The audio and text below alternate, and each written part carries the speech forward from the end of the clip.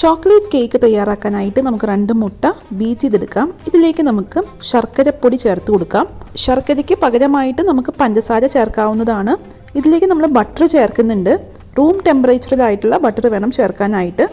തൈര്, vanilla essence എന്നിവ ചേർത്തിട്ട് നമുക്ക് ബീറ്റ് ചെയ്തെടുക്കാം. നമ്മൾ യൂസ് ചെയ്യുന്ന ഓരോ ഇൻഗ്രീഡിയൻസും റൂം ടെമ്പറേച്ചറിൽ വേണം എടുക്കാനായിട്ട്.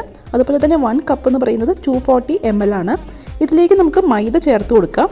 Cocoa powder, baking soda, baking powder എന്നിവ ചേർത്തിട്ട് ലൈറ്റായിട്ട് നമുക്കൊന്ന് ബീറ്റ് ചെയ്ത് കൊടുക്കാം. ഓവർ ബീറ്റ് ചെയ്യേണ്ട. കൺസിസ്റ്റൻസി അഡ്ജസ്റ്റ് ചെയ്യാനായിട്ട് ഇളം ചൂടുള്ള പാല് ചേർത്ത് കൊടുക്കാവുന്നതാണ്. ഓവൻ നമുക്ക് പ്രീ ഹീറ്റ് ചെയ്യാം 180 ഡിഗ്രി സെൽഷ്യസിൽ.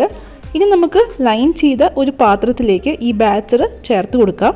നമുക്ക് 180 ഡിഗ്രി സെൽഷ്യസിൽ 40 മിനിറ്റ്സ് ബേക്ക് ചെയ്യാവുന്നതാണ്. ഓരോ മൈക്രോവേവിലും കുറച്ച് ഡിഫറൻസസ് ഒക്കെ ഉണ്ടാകും ടൈമിൽ.